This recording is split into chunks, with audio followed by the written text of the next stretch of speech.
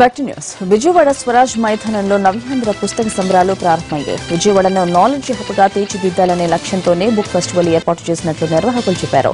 వివిధ స్టాళ్లలో ఏర్పాటు చేసిన రకరకాల పుస్తకాలు బుక్ లవర్స్ ను ఆకర్షిస్తున్నాయి.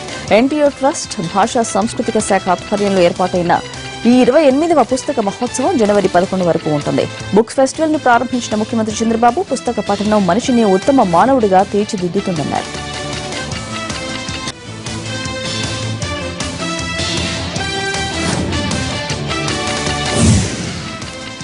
హైదరాబాద్లోని నాంపల్లి ఎగ్జిబిషన్ గ్రౌండ్స్ లో 77వ అఖిల భారత పారిశ్రామిక ప్రదర్శన ఘనంగా ప్రారంభమైంది.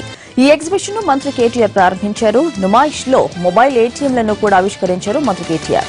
నోట్ల రద్దు, నగదు కొరత ఇక్కట్లను అధిగమించేలా మొబైల్ ఏటీఎంలను వినియోగంలోకి తెచ్చారు. నాంపల్లి ఎగ్జిబిషన్ కు అంతర్జాతీయ ఖ్యాతి తెచ్చేందుకు తెలంగాణ ప్రభుత్వం ప్రయత్నిస్తోందన్నారు కేటీఆర్.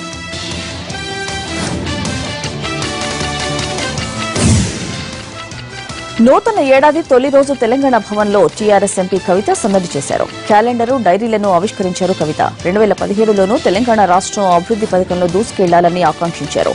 పార్టీ కార్యకర్తలు కవితను కలిసి న్యూ ఇయర్ విషెస్ చెప్పారు.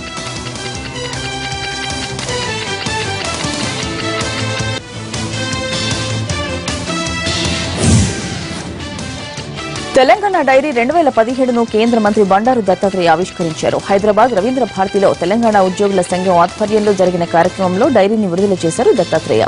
ఉద్యోగుల సమస్యల పరిష్కారానికి మోడీ సర్కార్ చిత్తశుద్దితో కృషి చేస్తుందన్నారు. సంక్షేమ పథకాలను ప్రజల్లోకి తీసుకెళ్లాల్సింది ఉద్యోగులేనంటూ పిలుపునిచ్చారు. ఉద్యోగుల పనితీరుతోనే ప్రభుత్వానికి మంచి పేరు వస్తుందన్నారు.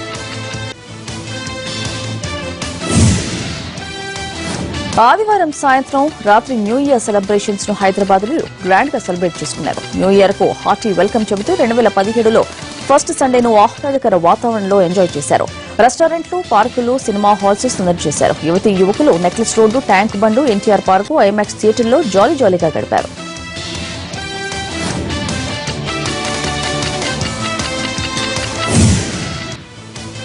రాజధాని హైదరాబాద్ లో రాచకొండ పోలీస్ కమిషనరేట్ ఏర్పాటై 6 నెలలు కావస్తోంది. దీంతో పోలీసుల పనితీరు, నేరాల నియంత్రణపై సమీక్ష సమావేశం నిర్వహించారు రాచకొండ సిపి మహేష్ భగవత్.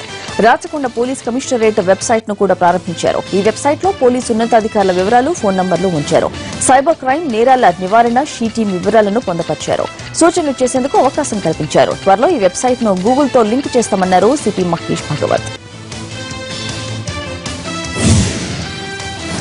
విశాఖ ఉత్సవంలో స్థానిక కళాకారులకు అధిక ప్రాధాన్యమిస్తామన్నారు ఏపీ మంత్రి గంటా శ్రీనివాసరావు.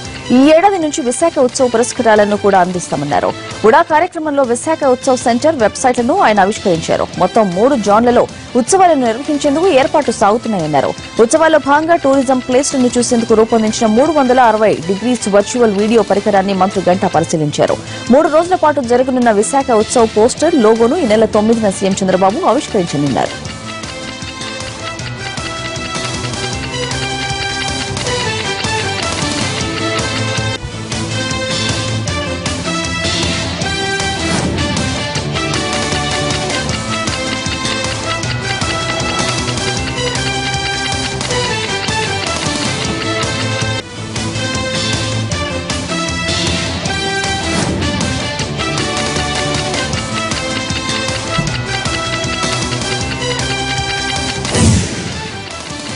తెలంగాణ ప్రభుత్వ ప్రధాన కార్యదర్శిగా ఎస్పీ సింగ్ బాధ్యతలు స్వీకరించారు. తనపై నమ్మకం ఉంచి సీఎస్ బాధ్యతలు అప్పగించినందుకు సీఎం కేసీఆర్ కు ధన్యవాదాలు తెలిపారు ఎస్పీ సింగ్. సీఎం ఆశయమైన బంగారు తెలంగాణ కోసం ముందుకు సాగుతామన్న సింగ్, టీం వర్క్ తో అన్ని రంగాల్లో రాష్ట్రాన్ని ప్రగతి పదంలో నడిపిస్తామన్నారు. దేవాదాయ ధర్మాదాయ శాఖ పరిధిలోని ఆలయాల్లో పనిచేస్తున్న అర్చకులు, సిబ్బందికి సంక్రాంతిలోపు వేతనాల్ని చెల్లించాలని అధికారులను ఆదేశించారు సీఎం కేసీఆర్. రాష్ట్రంలో పనిచేస్తున్న 5,800 అర్చక సిబ్బంది వేతనాల చెల్లింపు కోసం ఓ కమిటీని నియమించారు. అర్చకులు, సిబ్బంది వేతనాలు వారి ఖాతాల్లో పడేలా అకౌంట్ ఏర్పాటు, జీతాల చెల్లింపు, ఉద్యోగుల రెగ్యులరైజేషన్, రోస్టర్ సమస్యలు తదితర అంశాలపై అధ్యయనం చేస్తోంది కమిటీ.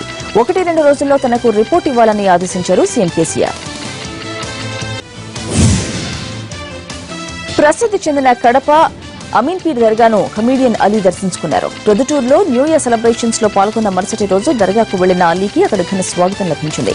నూతన ఏడాది తొలి రోజే అమీన్పీర్ దర్గాను సందర్శించడం ఎంతో సంతోషంగా ఉందన్నారు అలీ. కడప దర్గాలో ప్రార్థనలు చేయడంలో మనసుకు చాలా ప్రశాంతంగా ఉందన్నారు. భద్రాద్రి రామాలయంలో సీతారామచంద్ర స్వామి రోజుకు అవతారంలో భక్తులకు దర్శనమిస్తున్నారు. అధ్యయనోత్సవాల 3వ రోజు రామచంద్రుడు వరాహ అవతారంలో భక్తులను కనువిందు చేశారు. వరాహాలంకరణలో ఉన్న స్వామికి ప్రత్యేక పూజలు చేశారు భక్తులు. అనంతరం స్వామిని తిరువీధుల మార్గంలో ఊరేగిస్తూ మిథిలా స్టేడియానికి తీసుకెళ్లారు. అక్కడ భారీ సంఖ్యలో భక్తులు రామచంద్ర స్వామిని తిలకించి తన్మయత్వం చెందారు.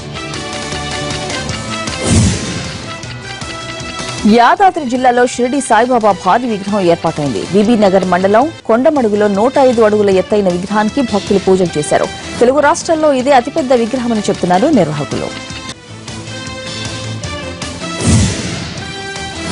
తిరుపతి శివార్లలోని జీవకొండలో కొండ చిలువ కలకలం సృష్టించింది. అటవీ ప్రాంతంలో చప్పులు వినిపించడంతో వెతికిన స్థానికులకు భారీ కొండ చిలువ కనిపించింది. దీంతో భయభ్రాంతులకు గురయ్యారు. వెంటనే తేరుకుని అటవీ శాఖ అధికారులకు సమాచారం అందించారు. స్థానికుల సహాయంతో కొండ చిలువను పట్టుకుని దట్టమైన అడవిలో వదిలేశారు అటవీ శాఖ అధికారులు.